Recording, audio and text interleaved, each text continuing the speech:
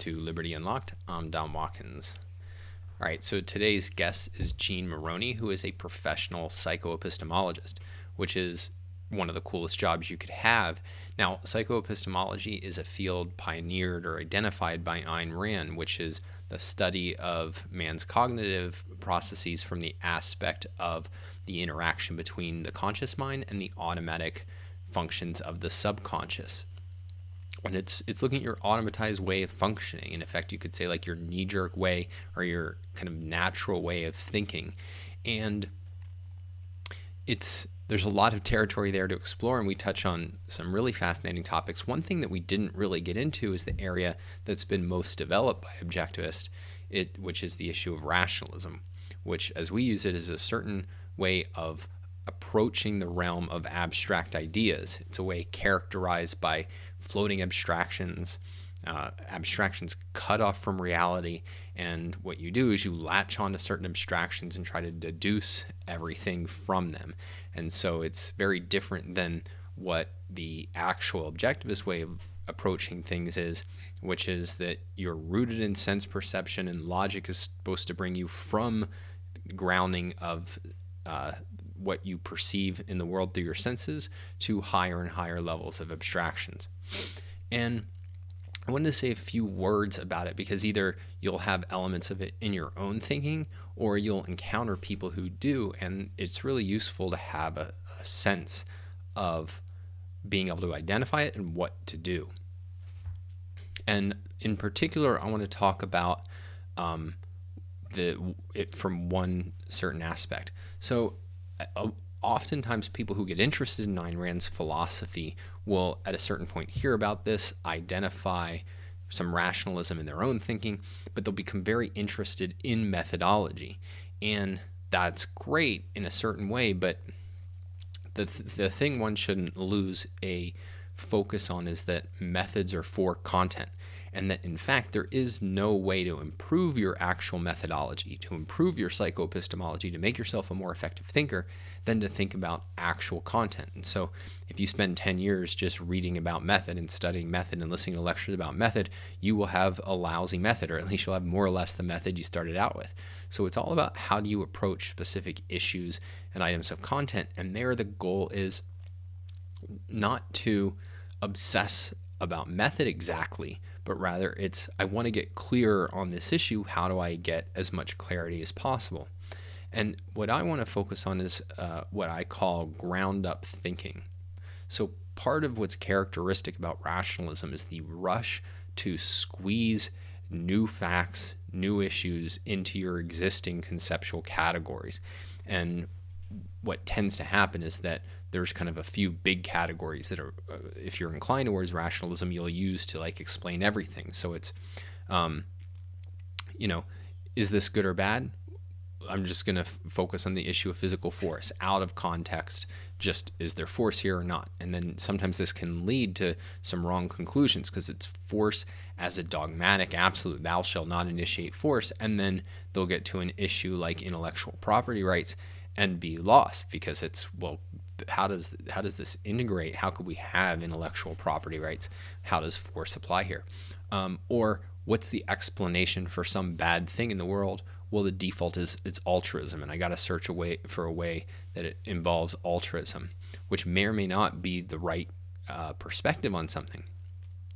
And so there's this rush to categorization, and I contrast that with what I call ground up thinking. And I don't just mean starting from sense perception and going more and more abstract. What I mean is more specifically when you encounter an issue, what do you do? And an analogy I find helpful, and in a certain way it's not even an analogy but the same process, is learning to view art.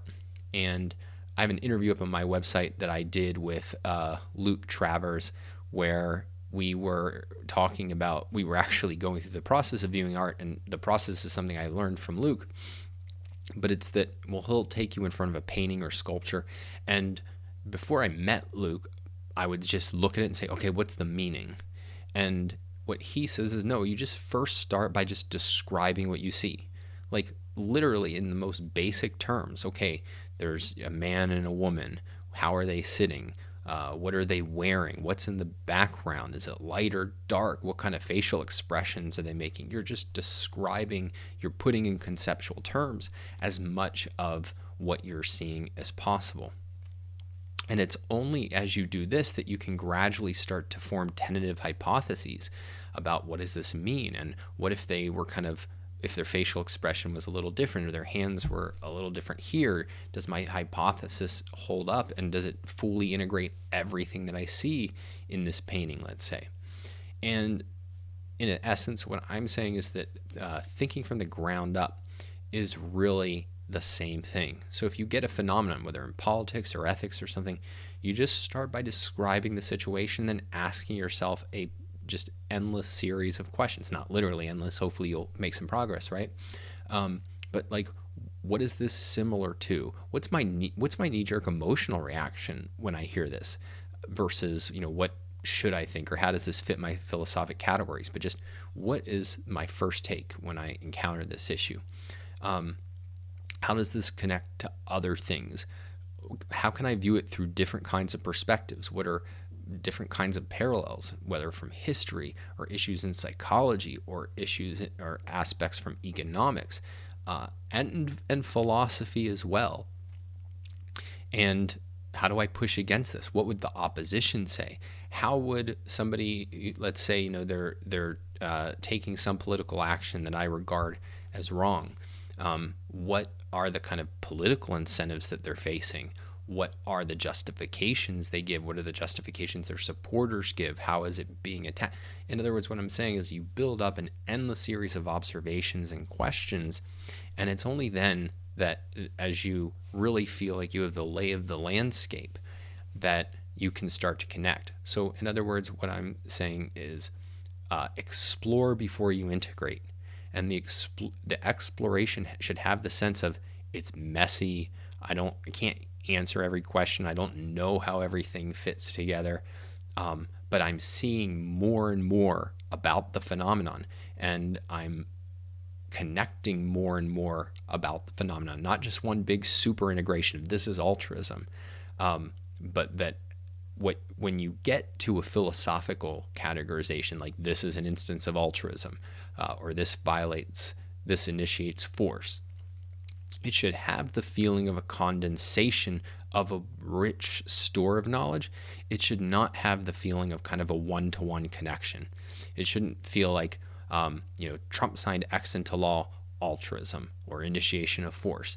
It should feel much more like I'm summarizing an essay into a sentence, or I'm summarizing 1,000 observations about a painting into a theme, versus I'm just saying picture theme, right? So you get the point. So that's not the whole of how to deal with rationalism, but it is one thing that I found really helpful as an orientation, that you need to learn to be comfortable with messy, with many, because part of what happens, or part of what is the impetus for rationalism, is the feeling of kind of being overwhelmed at sea in the realm of ideas, and you're looking for your moorings, you're looking for your bearings, you're trying to grasp onto something solid and then build things on top of it. And I think many years ago, my friend and colleague at the time I was living with him, Alex Epstein, who does Brazilian Jiu-Jitsu, he needed a partner. And even though I had zero skills, I was a human body that he could practice his moves on. And one of the kind of basic pieces of advice he gave was, you have to be comfortable feeling uncomfortable. That most of what is going on when people are interacting in jiu-jitsu is that they're trying to like move you in certain directions that are making you uncomfortable, that are making you vulnerable, and you have to be okay with that and relax into that, rather than kind of fight it off, because that's going to actually undermine your ability to be effective. And I think the same thing is true in thinking, is that you have to be uncomfortable with feeling confused, overwhelmed. It should not be a horrible, painful process. Part of what being comfortable in that space means is that it should be very liberating and very free. That is, you don't have to instantly be able to categorize everything into your existing schema. Because the reason, I think, one part of what is going on there, and the reason why this happens, is that for rationalists, they're very vulnerable.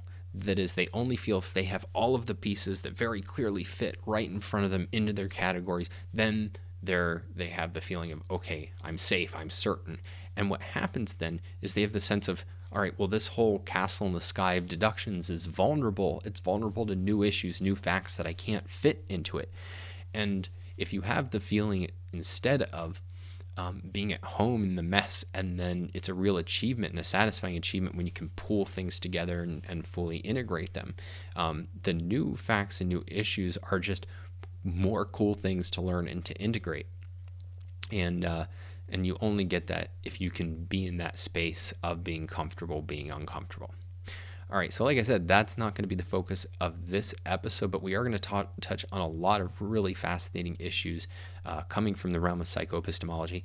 And we'll start out with a really intriguing kind of discovery story of how Gene got interested in this field and objectivism in particular. Anyway, it's a great episode. I think you'll really enjoy it. In the meantime, be sure to subscribe to this show on iTunes and leave us a review, or if you are watching on YouTube, to like the video and subscribe to the YouTube channel. Best way to stay in contact, as always, is to go to donswriting.com and sign up for the newsletter. And you can also support the show financially at libertyunlocked.com. Now on the conversation with Gene Moroney. All right, welcome to the podcast, Gene. Thanks. So I don't remember how I first heard about you specifically. I assume it was in one way or another through your husband, Harry Binswanger. I assume people who listen to this show know who he is, and if not, you should pay more attention because I reference him at least once a month. But I definitely know the way I got to know you, which was, gosh, now that this would have been over a decade ago. You were giving a course, I think a phone course, on how to improve your thinking. Tap your own brilliance. Tap your own brilliance. Mm-hmm. And one of the issues that came up, and I think I asked it just as a question, was I had struggled with trying to retain what I read. Like I read, as much as anybody I've ever met, but I felt like I was getting 10% out of it instead of, let's call it 50. And you give me a really piece of advice, which we'll come back to. But I really just liked this focus on how to improve your thinking skills. And since then, I've been on your email list where each week, I think it is, or at least pretty regularly, you're sending out just really actionable, helpful guidance on thinking, communications, emotions, creativity, everything really about how to use your mind in a more effective way. So I was really excited to talk to you. But before we delve into that, I think it'd be helpful for people to get to know a little bit about you. I don't even know that much about your background. Where did you grow up? I was born in Massachusetts, but I grew up in Maine in a fairly rural area, and then went back to college at MIT in Boston. And interestingly, I still have a finger in Maine. I spent some time in the summer up in Maine where I was a junior Maine guide and learned axemanship and canoeing and I love how that. to build a wet day fire. So clearly that prepared you well for going into a career of being a psycho-epistemologist. When did you first become interested in ideas? Oh, that was Ayn Rand for sure. I read Atlas Shrugged when I was 20. And it was, I really think my mind was closing down at that time, and Ayn Rand put her foot in the door. Door was shutting, she put her foot in the door, and it kind of, and I wasn't, I'm an unusual hardcore objectivist in the sense I was not immediately convinced. It's 7 years between the time I read Atlas Shrugged and the time I decided that she was right. Oh, she was really? right That's all the way down. We'll talk about that, because that's, like you said, that's highly unusual. I think Yes. Harry said he gave it a year, but I mean, he was convinced immediately. Yeah, I mean, that was, Right. and the same with me. I mean, by the time I encountered her, the people who had been influenced by her had already influenced me. And so it was very natural. And I think there's something really good about going through that transition period. You learn, Mm-hmm. I think you have tend to have a much more firsthand understanding, because you're not groping for how do I defend this idea, but let me find every flaw I can in the idea. So what were those 7 years like for you? Yeah, well, So my experience of it was, first of all, I read the fiction, and I read essentially no nonfiction. You know, my background is as an electrical engineer. I was in college getting my ED degree at the time I read Atlas Shrugged. I read fiction and I read textbooks, but I didn't read any nonfiction. I mean, no books on politics, no books on anything. I read a little bit of history. That was actually my concentration. You had to do something in the humanities at MIT, and I chose ancient history. Actually, was what I was interested in. But basically, if it wasn't literature and it wasn't history, so if it wasn't a story, I wasn't interested in reading it. And I read Atlas Shrugged, then I read The Fountainhead, and I loved all these books. One of my dorm mates saw Atlas Shrugged on my bookcase and started chatting me up about capitalism, and she was very interested in the idea. She's still a good friend of mine. And because of her influence, I actually picked up the nonfiction. Oh, and wow. I found it to be very difficult. I read, it was an interesting experience. In hindsight, what I would say is I would read an article. There was nothing that I could put my finger on that I didn't agree with, but the whole thing would leave me completely unsettled. And it really took Leonard Peikoff to teach me objectivism. The same friend, we both stayed in the Boston area after we graduated, and there was someone in the Boston area doing the taped lecture classes, so this dates me. This is the mid-'80s. This was when you could listen to things like the philosophy of objectivism and the ancient philosophy classes, and all the first 6 or 7 major classes that Leonard Peikoff created were available by rental to someone who would have everyone into their home, and you would meet with 5 or 10 other objectivists in someone's living room once a week, and they'd put the tape into the recorder and play it. And unfathomable to our audience, friends under 30, but right. I mean, it was barely better than that by the time I got involved, but just barely. Yeah. So in order to get these courses, you had to jump through some hoops. So my friend said, oh, they're having this class on ancient philosophy. And basically what happened when I read Atlas Shrugged, I read Galt's speech. I didn't skip Galt's speech. The friend who told me to read Atlas Shrugged said, well, everyone skips Galt's speech. I didn't skip Galt's speech. I thought it was important.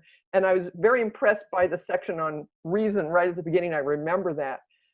But, it didn't really sink in. But I guess as a result of that, I had some interest in this. And the thing I concluded from Galt's speech was, this is important. I didn't know what to do with it, but I thought it was important. And so she said, they're going to be doing this ancient philosophy class. And that sounded mildly interesting. And at this age, right out of college, I was doing something every night of the week. So Monday nights, I went to Mark Zimmerman's apartment in Cambridge and listened to ancient philosophy. And that was the thing that convinced me that philosophy is important. He would go through, I don't know if you've been through that. This is a great class. It's available, I think, for free now on Ayn Rand campus. Yeah, I think it's even up on YouTube, which maybe even everybody YouTube. Should check out. Leonard's History of Philosophy. It's an amazing class. He explains the philosophical ideas in order, and he explains them in the most plausible way. He gives the best case for them. And I would listen and I think, yeah, that makes sense. Then you explain the next philosopher and why it totally didn't make sense. I went, oh, yeah, that's right. And then he'd explain another one. I think, yeah, that makes sense. And then the next thing, why that was all wrong. Oh, yeah, that's right. And my head just went back and forth each time. And that was what convinced me philosophy was important, and I didn't understand philosophy. It's a great starting point for understanding it, actually. Yeah, it is. It's a great class. So I took philosophy of objectivism, also with Mark Zimmerman in a different apartment. He's long gone, I'm afraid. And read the nonfiction. And along the way, I gave Atlas Shrugged to my sister. And she had one of these experiences where she read and she said, that's it, this is it. Boom, she read everything. She started going to conferences. I was like, whoa, what happened here? That was not my reaction. And she talked me into going to the '89 conference, which was the conference which Leonard Peikoff spoke on moral certainty. Was it moral certainty? What is it? The three topics that he talked about, moral virtue, were independence, justice, I think was part of it, and the evil of the initiation of force. And in hindsight, it was independence and justice were the two that I needed, because altruism was the big problem for me. I was really an altruist. I don't know if I would say a committed altruist, but it was the focus on other people and helping other people was really integrated. And I think the unspoken words when I would read Ayn Rand's articles was, why is she so making such a big deal about altruism and about this and about that? I agreed with what she would write in the article because she's a very precise writer, right? But it didn't settle, and I wasn't able to integrate it. And the breakthrough came after that conference. I really believe that conference, those two lectures were what gave me what I needed. And in the following 9 months, there were some things that happened, and as I thought about them, there was a particular incident, and I remember telling my brother-in-law at the time about the incident and what had happened, and he said, "Wow, that really is a sacrifice, isn't it?" Boom. I realized that worrying about other people was actually sacrificing my mind, and my mind had always been a high value of mine. I'd always been a thinker. I'd always had a high opinion of my own mind, and that was when I had the breakthrough. I mean, that's so fascinating. It's something I want to cover at some point in more depth, because I think Ayn Rand makes this point that altruism is mind sacrifice ultimately. Yes. And that's I don't think I really even started to get a handle on that for a decade. It's a really subtle point, and yet when you get it, it hits you over the head. And you have everything. Well, that's not true. You have the fundamental. Well, and what I tell people is that because they often, her description of altruism as sacrifice, putting a higher value over a lower value, or a lower value over a higher value. Sorry, they don't actually. They're not flooded with examples in real life. Like they can think of a Mother Teresa. And what I usually say is, when have you given in to somebody else's irrational emotions? Oh, I've got that. And then they have 1,000 examples. And that's just one aspect of putting your judgment ahead of, or putting other people's feelings above your own judgment. Right. So before I want to get to kind of the next step along the road to what you're doing now, but one of the things that had the biggest impact on me later in my career was I had the chance to go through the Confusion Papers seminar, where you actually got to present issues that you were interested in and confused on to Leonard Peikoff directly. And people, it is very hard to get from a written statement or even a lecture or a Q&A how powerful a mind is. But when you interact with them and they're helping you unravel your confusions, I've had this with Leonard, with Harry, with Onkar, you really appreciate like when somebody is thinking at a high level. And you had, I think, a few papers that you got feedback on from him. And I'm just wondering what you remember from that experience. Oh, well, I mean, that was an amazing experience. So this is part of, for those who don't know, there was an experiment in the mid-90s with a full-time graduate program called the Objectivist Graduate Center. So this predates the Objectivist Academic Center. And it was, if it had happened any time in a 10-year period, I would have done everything to get into it. But it happened when I was basically had finished my master's degree in psychology at Carnegie Mellon. There's a whole story about leaving engineering and deciding to go into psycho-epistemology. And so I, enrolled in that and came to New York to be full-time in the OGC. And the first year we did these confusion papers. And so there was one in the fall and one in the spring. And I remember them both very, very well. So the one in the fall was on implicit knowledge. And it's a topic that I am still extremely interested in. And I remember Leonard's answer to my confusion was basically, you build on your strength. This actually turns out to be a theme of my work, that sometimes you think, well, I don't know enough. Well, you know something, and it's the thing you know that you're actually able to form values on and act on and learn from. It's you always build on strength, and that is an incredibly positive way to look at ignorance. Well, it's contrasted with what I think a lot of people interested in ideas build on, which is an argument offered by somebody that they find plausible, right? So it's like or even a definition. Yes, this is a whole issue of rationalism, right? It's, well, I have an axiom, or I have a definition of, art means a selective recreation of reality, so it can't be Jackson Pollock. And then somebody says, well, no, I think that's art. And you don't have an answer because you're building on somebody's, abstraction idea, rather than this is what I know, and I need to build on that. And the idea that you grow your knowledge by integrating out, that is part of what comes from that. So that was the one. I'll tell the second one was the single most of the OGC, which was, OGC completely changed the way that I think. It was amazing. So it was, I had 6 semesters with Harry Binswanger on Objectivism, the philosophy of Ayn Rand. I had 7 semesters with Peter Schwartz on writing. And I had 2 semesters with Leonard on confusion papers and 2 on Objectivism through induction. It was amazing. It was an unbelievable experience. Really, such a privilege to have been able to be a participant in that. When they asked us if we'd give a permission, because they'd all been recorded. When they said, should you give permission to other people to listen to this, I thought, well, of course I need to give permission. This is such a privilege to be able to be a participant in this. But of all of that, of this tremendous 2 years and plus of my life, the single most educational experience was the second confusion paper, which I wrote. That topic? That topic was focus on an active mind. And it was also the most painful moment of my OGC career, because early in the discussion of it, Leonard would always start by asking people for comments. And Darrell Wright, sweetheart, he'll always be a sweetheart, said, oh, well, I thought there were some interesting points here. And he said this and that. And Leonard said, well, I wrote at the top of the paper in capital letters, all wrong.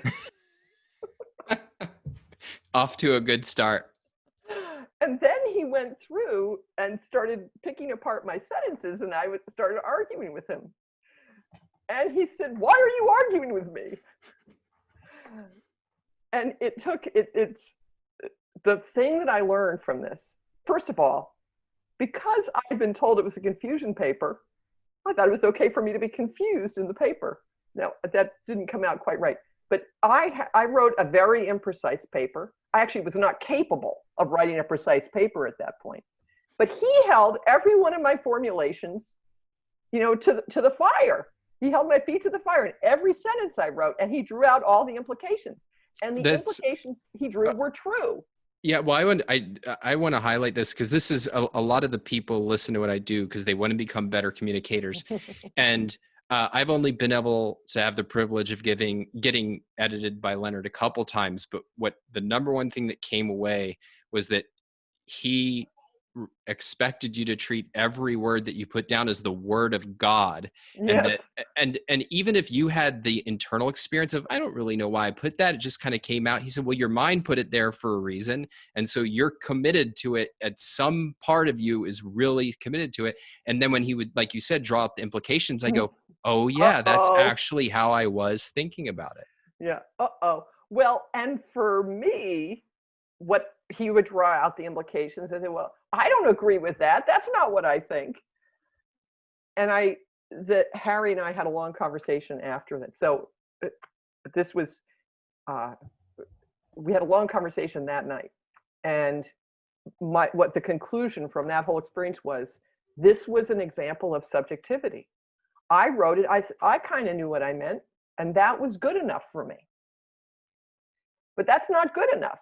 And this was what made my subjectivity completely objective and set the standard for precision. I mean, I actually, I think Opar is the most clearly written book of all time. It is, I am such a fan of Opar as a written book and the clarity there. And it was let's see, is this right? Yes, the first 5 years after I became serious about objectivism, I kept finding bigger problems with my thinking. And this was one of them. It's like, oh, I found a bigger problem with my thinking. I'm wildly subjective. And I think this was the last one, because this was 5 years in. This is almost exactly 5 years after I became serious about objectivism. And it was a little daunting, actually, at the time, thinking that my mind was broken. I was wildly subjective. I couldn't be precise if I wanted to. But it was the single most educational experience of the 2 years at the OTC. Well, I mean, I think all that story shines light on a lot of what you're bringing to the table when you go into the field of like helping people improve their thinking. A lot of people who go into psychology, it's often they're wrestling with their own psychological problems that they want to figure out.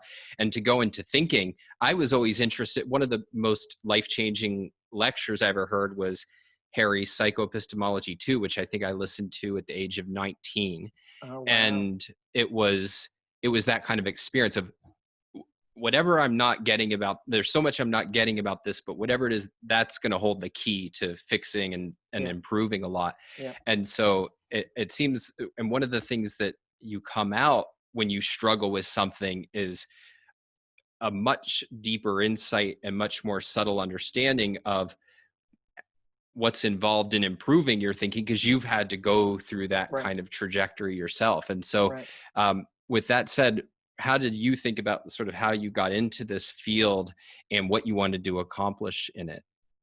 Yeah, so I realized I left out a little piece of the story of becoming convinced about objectivism, which was I finally read The New Left, The Anti-Industrial Revolution. So I went to that. We all put that one off. Well, I actually didn't. I think it's not as widely available. I thought I made a point of reading all of the anthologies before I went to the 89 TJS. And at the 89 TJS, someone said to me, well, what about blah, blah, blah? And I said, well, where's that? And they said, in The New Left. I'm like, oh. So I bought it at the bookstore at that conference. And I was on a plane the next April. I was going on a plane trip across country. I needed a book and I hadn't started. So I grabbed it, I thought. And it was the first time I read an Ayn Rand book cover to cover without stopping. And it was like oh my God. This is right. This is true. Oh my God. And Comprachicos. I actually think the Comprachicos was the article that really fully convinced me about objectivism. For those, I don't know if all of your listeners know it, but it's the article where she criticizes progressive education. And the thing that I recognized in that article was all my boredom from childhood in school. And also exactly what had happened in my intellectual career as an electrical engineer. So I went into electrical engineering because it was a practical thing to do, and I was smart and I was good at math and science. And I'm a pretty smart cookie, and my grades started out as A's and then they became B's. And the only C I got in college was in the last EE course that I calculated actually had 8 prerequisites to it, and you could just look, you could see the A's and then B, B plus and then B minus, and then the only C was in the last one. In hindsight, it's the hierarchy of knowledge. I had no idea how to consolidate the knowledge from the earlier classes so that I could learn the next class. And I was holding it together by sheer brute force effort, will. Right. And it explained my entire history. And that plus in June, in June. I had not been planning to go to the conference in 1990. The conference in 1990 was at Tamiment, and it was the first half of OPAR. We got a pre-publication volume of the first 5 chapters of OPAR, and Leonard Peikoff did a seminar on that. And when after this, I'm an objectivist, I read the description, I said, I have to go to this. And there, I had I asked two questions of Leonard Peikoff. You can hear this on the tape. The first question, basically, I was confusing introspection and thinking. Mm. Oh, okay. The second question, here's the short version of it. It comes out something like this. What's the difference between a picnic blanket and a table?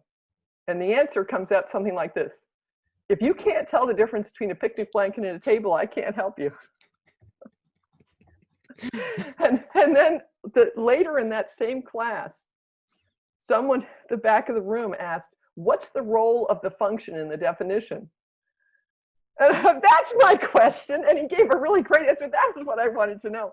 And that was the aha. That I told you there was 5 years of discovering problems with my thinking. That was the first one.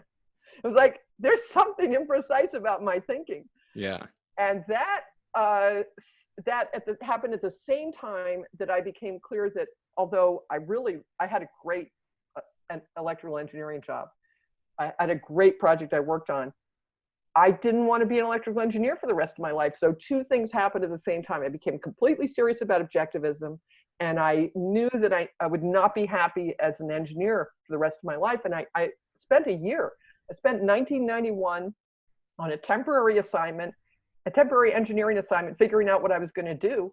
And did I want to go into philosophy? Did I want to become a writer? Or did I want to go into psychology? And I spent a year deciding. I decided it was psychology and went to graduate school. And that was, I knew it had something to do with thinking. As I said, thinking was always a major passion of mine. Although Ayn Rand opened up the humanities to me. I thought the humanities were just a bunch of hot air. That was under the influence of my father, who still thought they were hot air to his end, even though I had gone into psychology. And it was the combination of my interest in my own mind and improving my own mind and just the fascination. One of the things that's so interesting about psychology is it's the Wild West. You can, I mean, I don't have a PhD in psychology. Actually, that's deliberate. If I thought it would have value, I would have gone and gotten the PhD. I deliberately left graduate school after the master's. But you can go out there and figure things out that have not been figured out before. It's really fun. It feeds my passion for discovery, which I'd actually learned in the engineering that I was doing. Well, one thing, I want to get to some of the discoveries you made next, but one thing you raised sort of in passing was the issue of boredom. And that actually in the last 5 years, as I was trying to understand my childhood and sort of the experience I was having, like I would say my characteristic emotion and the characteristic reason I would get in trouble and like everything bad really came out of boredom, which is I had a really kind of potentially powerful mind, but I didn't know what to do with it. And it wasn't even discovering objectivism that kind of got it started, but I still didn't really know how to actively think first-handedly about the world, not really until my early 20s. And I'm curious, is any thoughts you have on sort of boredom and the way out of it for people who do wrestle with it? Well, so boredom is a terrible thing, and you never need to be bored again. So the interesting, I thought I was interested in the logical skills, but over the course of the last 30 years, it turns out that the motivation turns out to be a super important part of managing your mind. And I would say boredom is one of the motivation by fear emotions. It's a kind of aversion. And it basically puts you in a very bad place where you don't see values anywhere. There's no values. There's nothing good for you. There's nothing to go after. It feeds inertia and stagnation. Yeah. And fortunately, there were values all around the world. And so if you know, oh, this is an emotion, this has gotten triggered because I haven't, the things that are around me are not values to me. But there are values here. Let me just bring in some of my values. So for example, if I'm bored in a lecture, and I do this I would never show some speakers my notes for their talks. If I get bored, I start criticizing the talk in my notes. So I'm very interested in public speaking and how do you present things well. And I'll tell you, you're not bored if you're figuring out, they just said that, that was a boring way to say that. What would be a more interesting way to say that? That's very interesting. That's very interesting. That's really good advice. Yeah, there's no reason to be bored, because if it's boring, it means it's not using up all of your mind. So you can find something that you care about, that you can be thinking about it in passing. And I'll tell you, a lecture, say it's a lecture, suppose you're a younger person in school still, and you're concerned about, well, I have to listen to the whole lecture. Well, I'll tell you, you'll get a lot more out of that lecture if you're criticizing it and, coming in for a minute and then criticizing for 2 minutes in your notes and then coming in. You will get way more out of that lecture than you would have if you tried to just pay attention. Guaranteed. So I teased this at the beginning, but I guess we can't hold it back. I do want you to share with people, so that I asked you this question of, I'm reading, I'm not getting enough value at it. And you actually had just a really simple technique that I found works wonders. So I'll let you say it. Sure. So I don't. Sure. So I call this the quick condensation method. It's how I mark up a book, particularly any book that is good enough I think I might want to reread. I try to mark it up this way. Or if you like, you do a lot of research, Dawn, if you're going to need to find something in this book, this method is really great. So what you do is, as you're reading the book, you mark it up so you underline things that are important or put bars at the side. You put X's if it's false. You put check marks if it's true. And on each page, so this is approximately the right amount of time to do this, you write one sentence at the top, which is your takeaway from this, the most important thing you want to remember. And you don't have to do it on every page, but this is approximately the right amount of notes to take. This will not slow you down too much as you're reading. And then when you get to the end of the chapter, go back through the chapter and summarize the bullet points, the main points that you got from this chapter. And this, fortunately, Post-its were invented because there's not always enough space in the little gap at the end of the chapter for the notes, but that's the best place for them. I'll tell you, if you mark up a book like this, you can find anything in this book and you get about twice as much or 3 times as much out of the book because you spent the time on each page thinking about what was important. There's a similar method for going through a museum. Yeah. Well, and so just one sort of clarification on that I think is useful to know is, what you shouldn't do is summarize by looking at the sentence and going, oh, let me just write this one sentence that seems to be the key point at the top. It's, what do I take away in my own words? And that can be tough. And sometimes I've had to go back and reread a page because I realized, oh, I really didn't, I thought I got it. And going back and saying, okay, this is how I would formulate the key point. And because it's that actual thought process and condensation process, that is the remembering, not the physical writing, though that certainly reinforces it. Exactly. And also the judgment of which things are going to make it to the short list at the back is also part of that process. And the other thing I'll say is so I teach a skill called condensation, which is also taught at the OGC. It's, reverse outlining or essentialization. It comes under different names, where you really are trying to name the exact points that the author is saying. But when I'm marking up a book, I don't hold myself to that standard. I hold it to, what do I want to remember here? And sometimes the thing I want to remember is my conclusion. And my conclusion could be about there having been wrong, or it could be that they stimulated a thought where I see, aha, this is what's going on here. And this is how to name it in a more precise way than this author even wrote it. And that's what will go in my little sentence.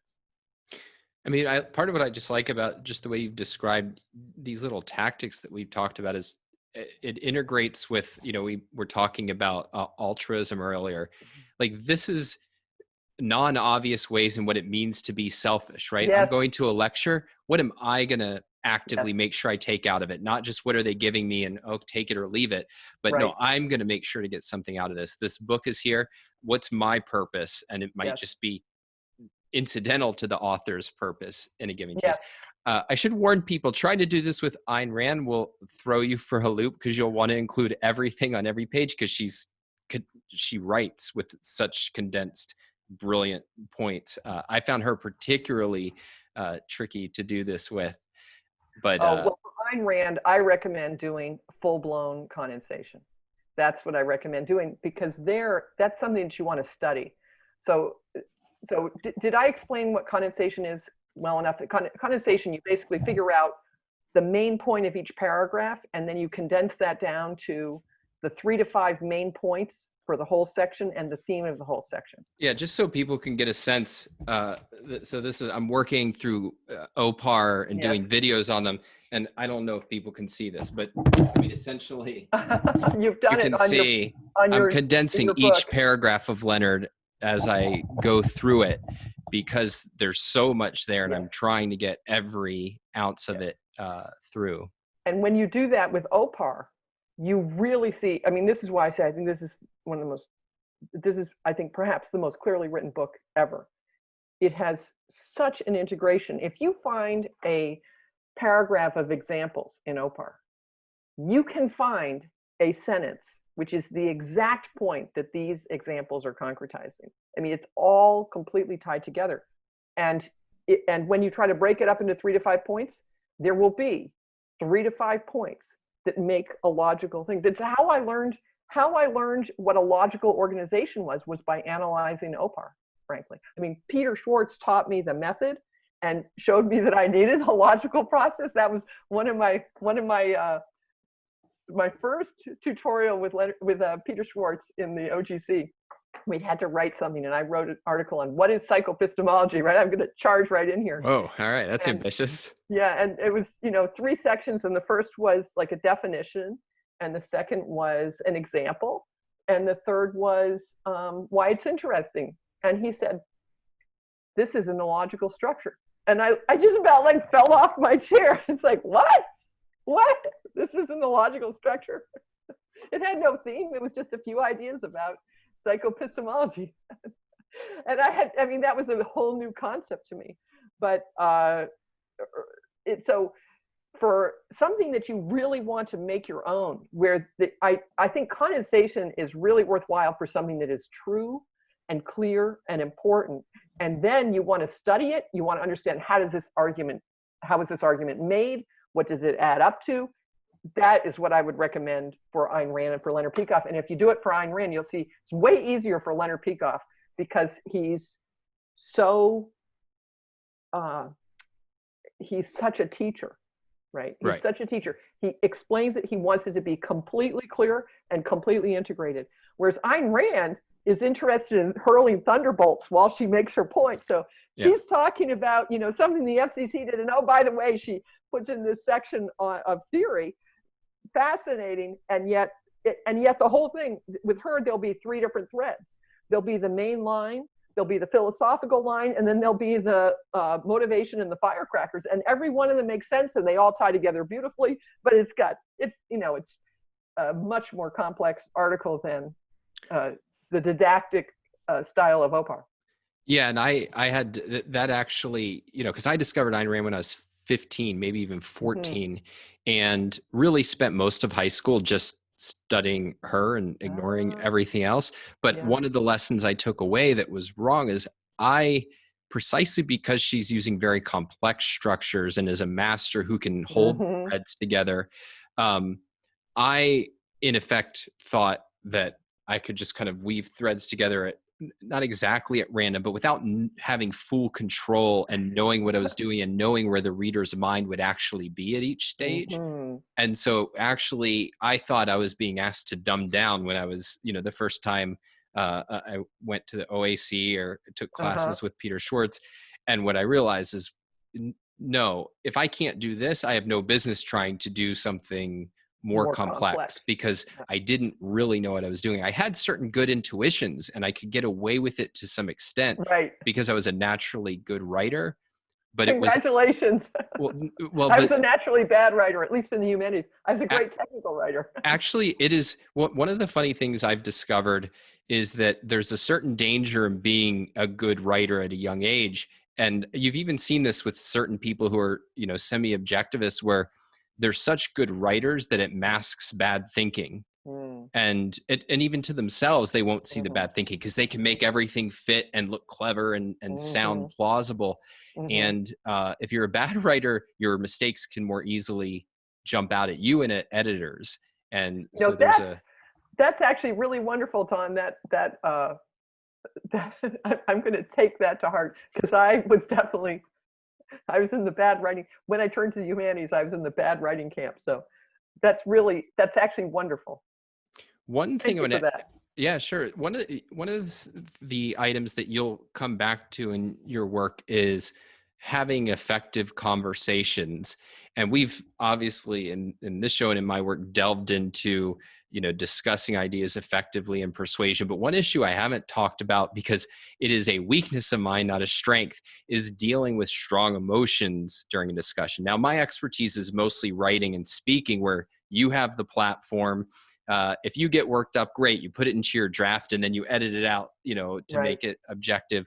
But I recently probably made the mistake of a friend invited me onto his podcast in order to help him correct his co-host, who is an anarcho-capitalist.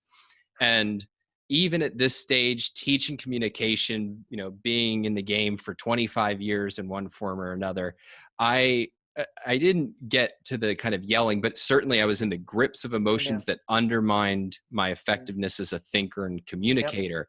And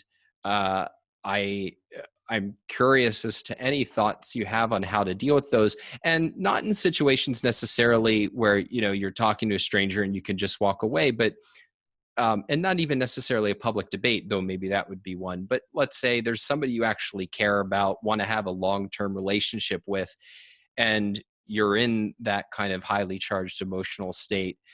What are things people can do not to fall into all of the pitfalls that can entail? Yeah, well, that my short answer to this is a 4-day seminar. So I'm going to try to be short. Well, plug the seminar first of all, because people. One of the things we should talk about is you do teach this. Like there's a lot more that people can get out of it, and I want to make sure that they can explore more. Well, the 4-day seminar is something I have run 6 times. I don't have any scheduled right now, but it's called. I think it's called Foundations of Rationally Connected Conversations. And this comes out of, Ayn Rand is obviously my biggest influence, but my second biggest influence is a man named Marshall Rosenberg, who developed a technique called nonviolent communication, which I'm sure every objectivist listening to this is already like, bing, bing, bing, bing, bing, nonviolent communication, bing, bing, bing, what's that about?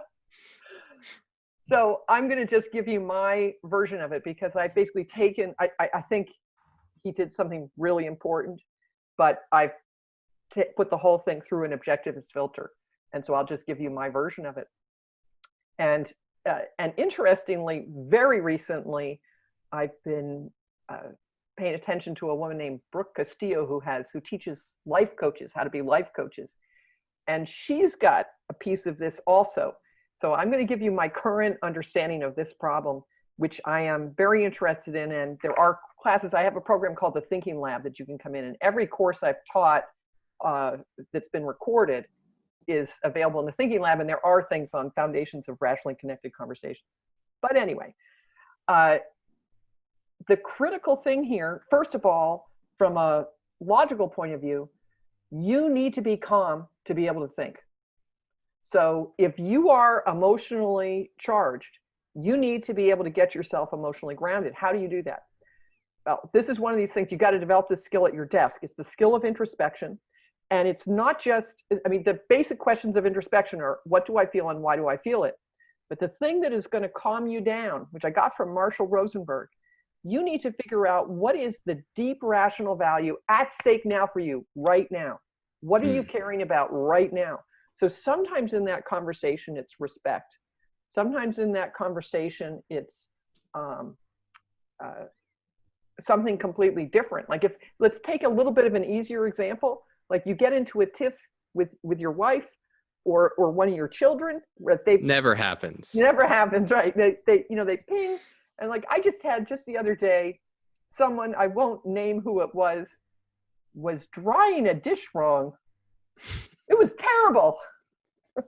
Now, of course, it's never about how the dish is being dried, right? Right. When I used this process to figure out what was going on, I realized I was cleaning up dishes as a kind of a meditation to go off and do some thinking. And someone who shall not be named came in and started helping to dry dishes. I didn't want another person there. What I was looking for was alone time, quiet time, thought time. And of course, he didn't know that. And I actually didn't really know that. My indication of that was when I had an inappropriate emotional reaction to how this dish was being dried.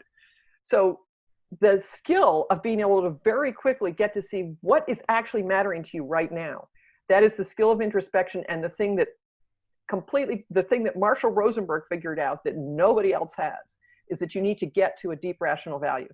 This is critical because particularly for rational people, when you're under in emotional turmoil of some sort, and you know that you want to go by reason, it's very easy to start criticizing yourself because you're obviously not thinking very well because you're emotional, and you can actually see the irrationality. When you're upset about how someone is drying a dish, you know that this is not your most logical moment, right?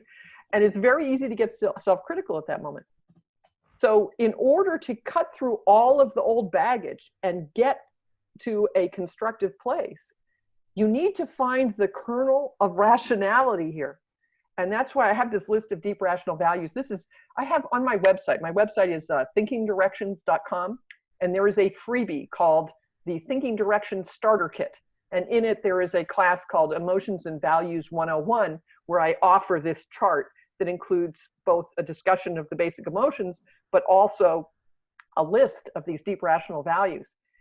And if you can name what that is at that moment, boom, it's like the emotion is an alert. And once you know what's actually really mattering to you, and it's a rational thing, it's like all that other stuff can just drop away, and you can now take a rational step toward a rational value, and life is good again. I want to encourage people to check that out, because this was another big influence that you had on me, which was I've always struggled with emotional introspection, and in part I didn't have a vocabulary, yes. Let's call it a very limited vocabulary of emotions. And one of your suggestions was get nonviolent communication. You warned me about the title, yes. But one of the things he just had was, here's a list of 50 yes. emotion, and just having that vocabulary, yes. that alone, I mean, it shouldn't be a surprise, right? To be a good thinker is to be able to conceptualize very effectively, and to be able to conceptualize your emotional states is a big step towards going even deeper and getting, what is the actual cause of it. Yes, and based on his work, I actually created this, I have a number of different introspection techniques, but one of them is called Introspection 101. And it's basically, I not only have his list of emotions, which actually I edited a little bit, but what's great about him, he actually understands the concepts matter. The lists of feelings on his list are things that are feelings only, not things that involve any kind of evaluation. So like you might say, I feel insulted. Insulted is not a feeling. Insulted is there's a whole proposition built into that. So you said something that was a bad thing about me that caused me to feel the way I'm feeling. That's what insulted means. That's not just a feeling. I feel angry. Angry would be the feeling there. So those things, and then categorized. I've actually got it down to 8 families of emotions, a positive and negative for each one. It is so helpful to have an organization of the emotions because it's only 8, I can pull them up just like that. It's really very, very helpful. That's part of the work that I've done, and Marshall Rosenberg has been a huge influence on that. But I was going to say, we haven't really gotten to conversations yet. The first step is to be able to do this for yourself quickly. That takes practice. I have 200 hours of training in nonviolent communication, and I'm getting so I can do that better. Mm-hmm. And still it takes preparation. If you know that you're going to be in a difficult situation, you need to think it through in advance and figure out what is the value going to be at stake. Like if you have a difficult conversation coming up, the preparation where you think through what matters to you and what do you want to be paying attention to, what value do you want to hold in mind, so that you can not get pulled off on the things that come up and you can stay focused on values. that is really critical. But here's the other part. This is the part that I think I look forward to. I'm still working on my writing. Right, there's no book out by Jean yet. I'm working on a book. I've been working on a book for a while. My writing is, I think, actually now at a level where this book is going to come out in some reasonably short amount of time. But it's been 30 years, Don. It's been 30 years. Well, the Binswingers are notorious for taking forever for their books to get well, but that wasn't what held Harry back. That's, Harry published the Objectivist Forum for 8 years in the 80s. For me, the problem I can write a 2,000 word, I've been able to write a 2,000 word article for a long time, for 15 years or something like that. But to write a book is another level of precision and integration. So anyway, and motivation. Actually, that's actually the most important thing, is to make sure I've written versions of this book that would have been boring. I didn't publish them. I want a version that people are actually going to want to read. So I'm sorry for that convolution. Eventually, I want to be able to write about this, because I think this next thing I'm going to say. It's your attitude toward the other person. It makes a huge difference. If you can see whatever they say, if you can translate and say, aha, that's totally irrational, but you know what? I can see it's a distorted attempt to achieve this rational value.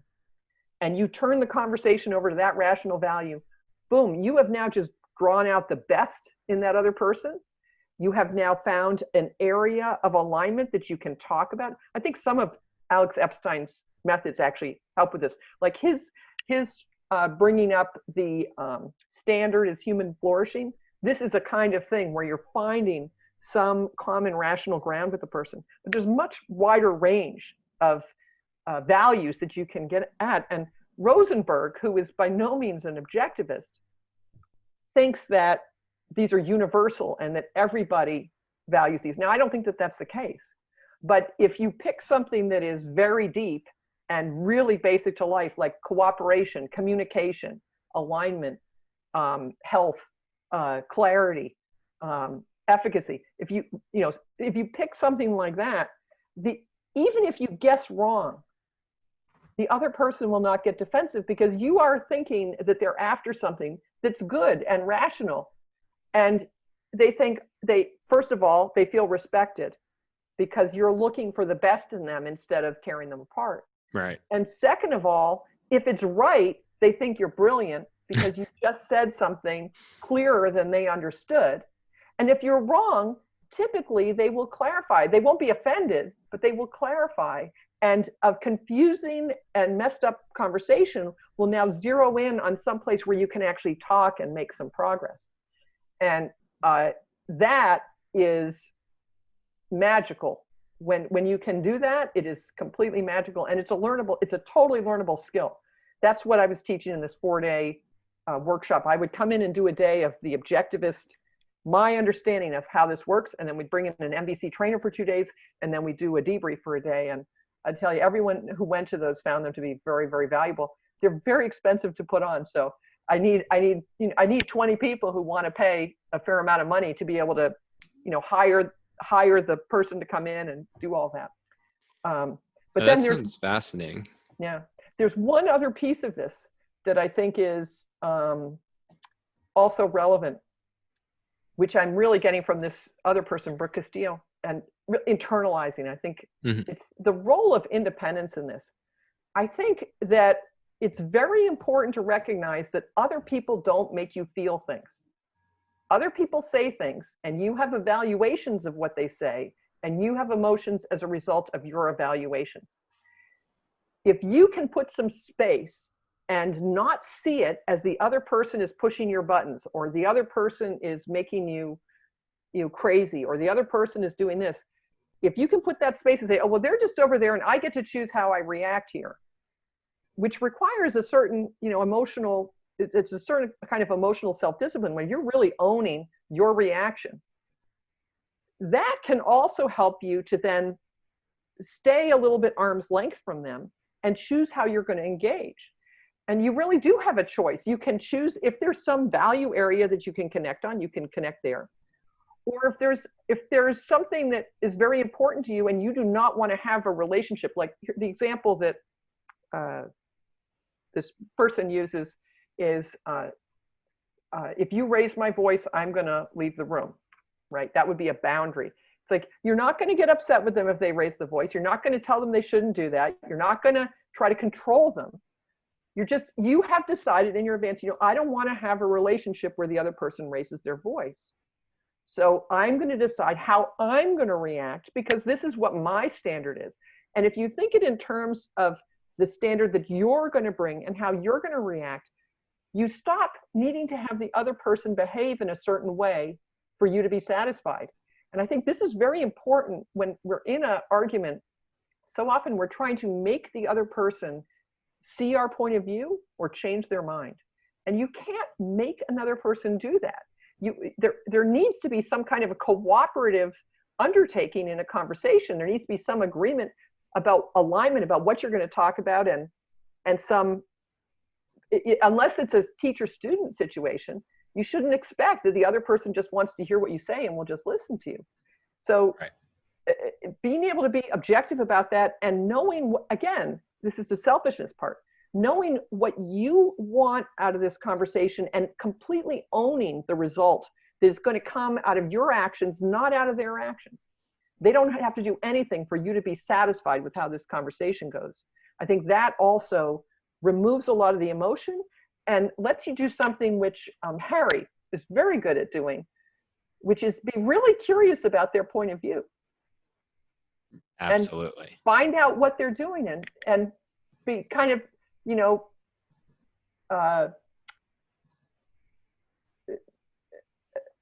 I'm groping for the right word, but understanding the wigglings of their mind, right? That can be a very interesting thing. And if you can do that, now people talk about this as suspending judgment. I think that's this is not suspending judgment.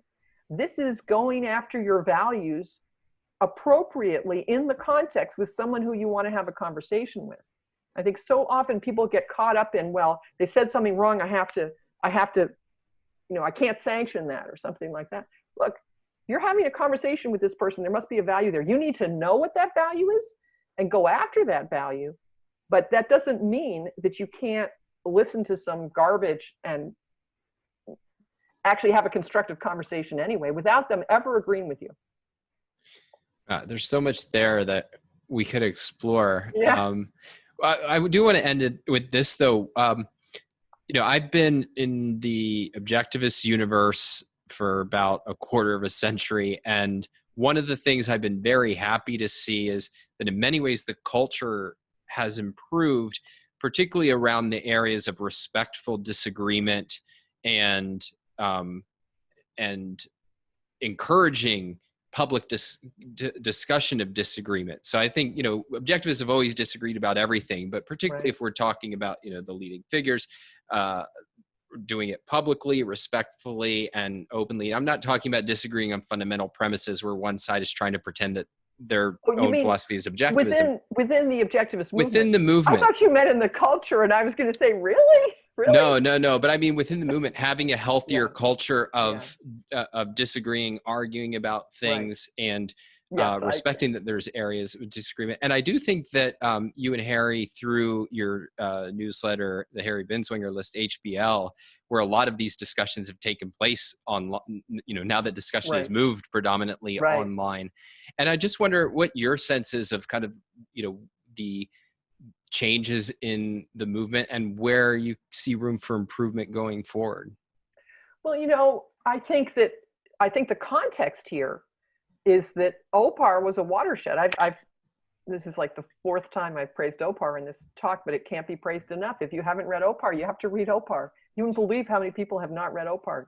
It's crazy. And up until that time, Leonard Peikoff's role, what he was doing was he was trying to understand what she said and explain it to us. And he succeeded in doing that in 1991. And anyone who studies OPAR can actually get up to a very high level of understanding of objectivism that wasn't even possible in, say, 1981. Yeah. Maybe that's not true.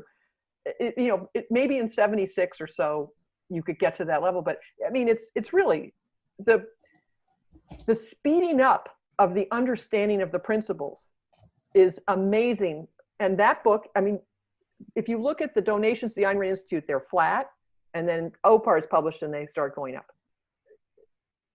Well, I've always said, because people will go, oh, look at, how much, my generation has achieved. And part of the point I make is that there was this speeding up that happened. Yes. And I think the big watershed, was OPAR. And then it was, you had Leonard's generation and Harry's generation training us so that we could get where it took them 40, 50 years to get, we could get there in 5 years, 10 years. Yes. And so that allows like each generation to push the ball forward. But that's, people need to appreciate that. Yes. It's not like we're standing on the shoulders of giants who laid the groundwork. I agree 100%. And so then you get to the fact that application is difficult. And I think that once that we don't disagree on fundamentals. We agree on all these foundational things, and we actually have a vocabulary to talk about them and to apply them. But of course, with knowledge, the old thing was when you go to college, you find out how dumb you are, right? You get through high school and you think you know everything, and then you get to college, you find out how dumb you are. Well, the point is that the fringes of knowledge are always bigger, right? If you think of it as a growing sphere, there's more area on the outside. And what you're seeing is tremendous specialization of people going into different areas and applying objectivism in different areas. And if it's a new area, like for example, in my area, in psycho-epistemology, I'm not the only person interested in this, but I'll tell you, I don't engage that much with some of the other people because my path has been long and involved, and it's taking a while to get objective. I actually think you asked where I think I'm going to go. I think I'm going to be the first empiricist who gets to be completely objective. I think I actually have gotten there, but the proof will be in an objective book. And I think that's going to help as much as Leonard and Harry being rationalists and becoming completely objective, because we're in a subjectivist culture. And I'm going to be able to help all the subjectivists out there become objective. And it's been a long road to hoe, in part because I was taught by a lot of reform rationalists who didn't have any clue what the hell was going on in my mind because I was so subjective. Makes sense. And so when you're doing something new, like in education, we have several different people figuring out what a proper education is. They have different views on that. Now, this is an area of knowledge that has not been completely solidly worked out. And it will eventually be. And then people will align on that. But in the meantime, it's like it's the science of the humanities is actually more difficult than in physics, and because it's got value information involved in it, and it's got so much contextuality. So I think that we are on the cusp of really understanding how to think objectively about the humanities to develop new knowledge in the humanities. And we've got a lot of people doing that in particular areas.